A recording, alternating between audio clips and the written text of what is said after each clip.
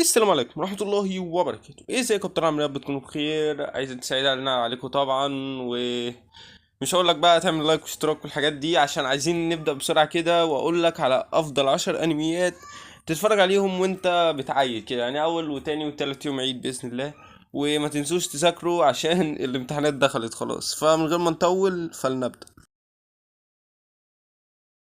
واول انمي معانا هو ماشي، وبيبدا الانمي في عالم مليان سحر، وكان بطلنا ماشي ما عندوش اي قدره على استخدام السحر، وده خلاه تهديد للنسل. وكان لازم يخلصوا عليه بدري بدري، فعاش ماشي في السر في الغابه. وكان بيتدرب كل يوم على ان هو يبني عضلات اقوى لحد ما يقدر ينافس السحرة. وبعدها بدأت رحلته عشان يقدر يخش أكاديمية السحر، وهناك بقى بيتعرف على أصحاب جديدة وبتتطور القصة. وبيكتشف مؤامرات سحرية كبيرة جدا جدا جدا، وبيظهر خصم قوي قوي اللي هو، لا مش هينفع كده، هحرق عليكم.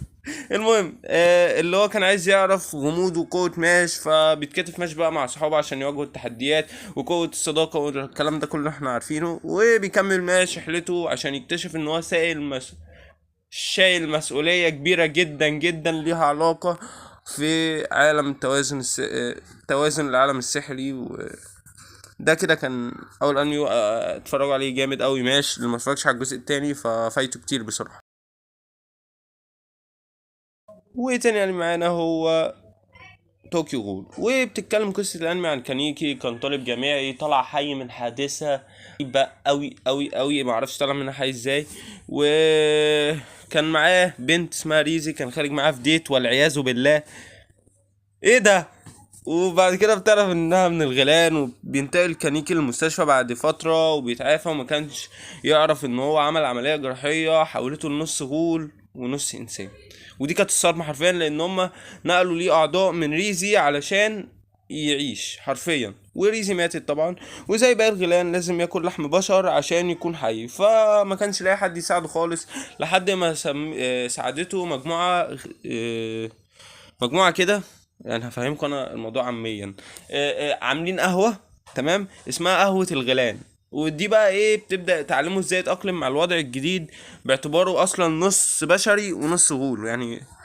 معاناة معاناة. الانمي ده جامد يا جدعان، لو بتحبوا الاكشن والرعب والكلام ده فهو جامد فشخ. وتالت انمي معانا هو مونستر، وبتدور قصة على كينزو اللي كان دكتور اعصاب ياباني شاطر جدا جدا جدا، وراح من اليابان لألمانيا عشان يدرس ويشتغل في واحدة من ارقى المستشفيات في المانيا. وكان سبب نجاح المستشفى، بس بالرغم من كل ده ضميره كان بيأنبه بسبب ان هو اكتشف ان رب منزل مات بسبب انه ما عملوش العملية. فمن ساعتها الدكتور ده قرر ان هو يعالج بحسب اولوية الوصول، يعني مش بالمكانة الاجتماعية. وفي يوم بيجيله على المستشفى طفل مصاب برصاصة بدماغه، يعني حرفيا ما بينه وبين الموت خطوة حرفيا، وهو لسه طفل صغير. وبيجهز عشان يعمل له العملية، فاصحابه بيقولوا له ان المدير عايز يعمل عملية لمحافظ المدينة اللي اتصاب. ف طبعا الدكتور دوت بيكرف من الاخر للعميد، وبيروح يعمل العملية للولا وبيكمل له علاجه. وهنا بقى بتحصل الكارثة، حرفيا كارثة. يا ريتني انا لو مكانه كنت رحت ساعدت عميد المدينة، بس يلا مش مهم. حرفيا بعد كده عشان تشوفوا بقى ايه اللي هيحصل، اتفرجوا على الانمي، فالانمي يستحق بصراحة 10 من 10، 20 مليون من 10. حرفيا الانمي جامد وجامد قوي يعني، اتفرجوا على الانمي يا جدعان.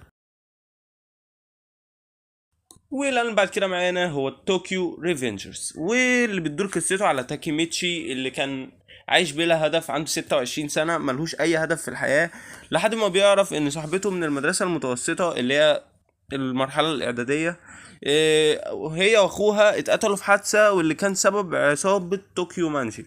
ولما بيكون تاكيميتشي مستني دوره في القطر، ففي حد زقه على القطر يعني عشان يموت، في الوقت ده بيرجع ل 12 سنة لورا، لحد ايه ما يوصل في ان هو في المرحلة المتوسطة.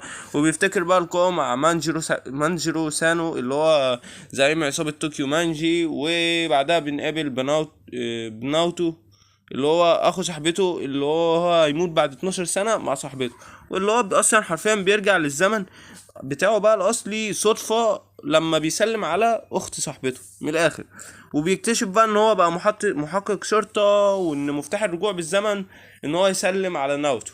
وبيبدأ تاكيميتشي في مهمة ان هو ينقذ صاحبته اللي هي هيناتا اللي ماتت يعني. مش عارف، بس هو الانمي جامد حرفيا. القصة متلخبطة شوية عشان مصطفى كاتبها بطريقة غريبة يعني.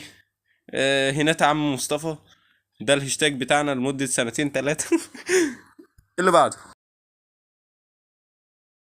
هو الان بعد كده معانا اللي انا معرفش ازاي مصطفى ما حطوش رقم واحد، سولو ليفلينج. وبتبدأ قصة في عالم فيه صيادين، و يعني العالم بينقسم لثلاث حاجتين: صيادين، ودول اللي بيبقى عندهم قوة سحرية، وبشر عاديين خالص اللي هم ايه، ملوش اي علاقة بحوار الصيد والكلام ده. ودول بيحاربوا وحوش علشان يحموا البشر من الإبادة اللي فيها. وبيبقى فيه صياد ضعيف جدا جدا اسمه السونغ جين وو. ده اسمه الثلاثي يا جدعان. وبيبقى في صراع ملهوش نهاية علشان خاطر يعيش بعد ما طلع حي من أصعب مغارة في العالم بتاع الأنمي ده. حرفيا حرفيا طلع عايش من أصعب مغارة يا جدعان.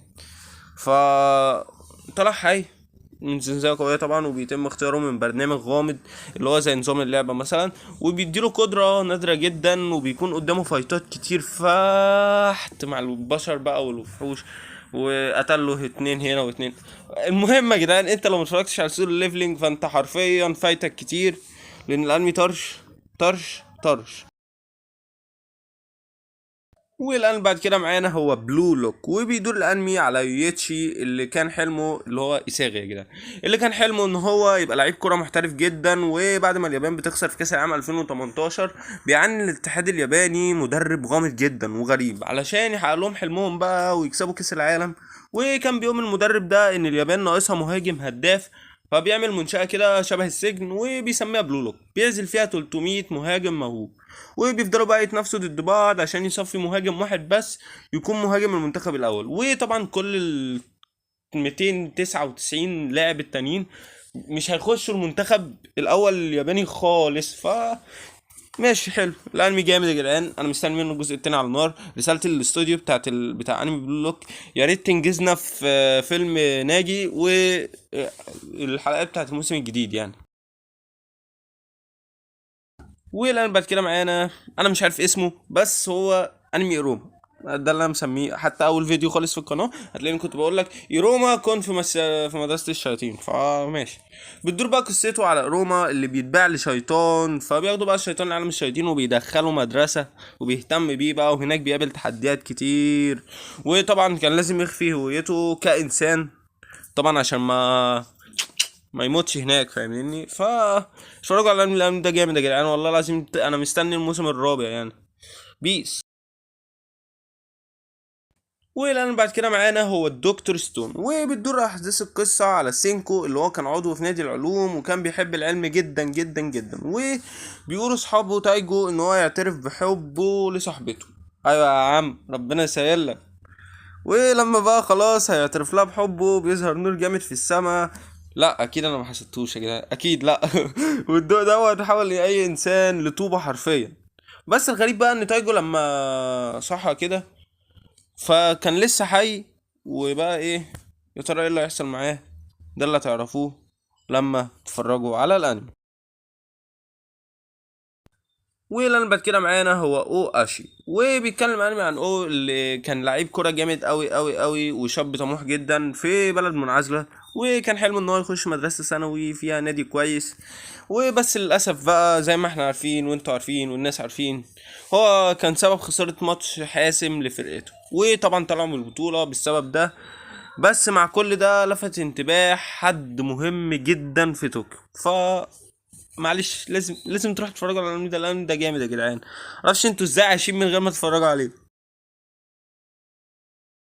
والان بعد كده معانا والاخير هو سبريجان، وبتدور قصته عن منظمة متخصصة في ان هم يدوروا على الاثار عشان ما تقعش في ايد الشخصيات الغلط تمام. وفضلوا كده طول السنين لحد ما اكتشفوا سفينة غريبة جدا جدا في شق كبير.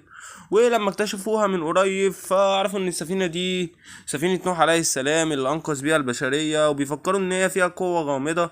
فبينتشر الخبر بسرعة، وبتبدأ المنظمات الإجرامية بيتحركوا عشان ياخدوها. وهناك كان لازم المنظمة تبعت أقوى شخص عندها علشان يحمي السفينة. يا شباب، قبل ما نقفل الفيديو كده عايزين تنويه مهم. اي حاجة دينيا غلط في الانميات دي احنا ملناش اي علاقة بيها، احنا بس بنقترح عليكم الحاجات الممتعة مثلا، والحاجات اللي تكون ما فيهاش عري والكلام دوت. فبس هو ده كل اللي عندنا. اتمنى ان احنا دايما نبقى عند حسن ظنكم وبس. وبس كده تكون خلصت حلقة النهاردة. ما تنساش بقى اللايك والاشتراك وفعل زر الجرس عشان توصلك الفيديوهات الجديدة. وسلام.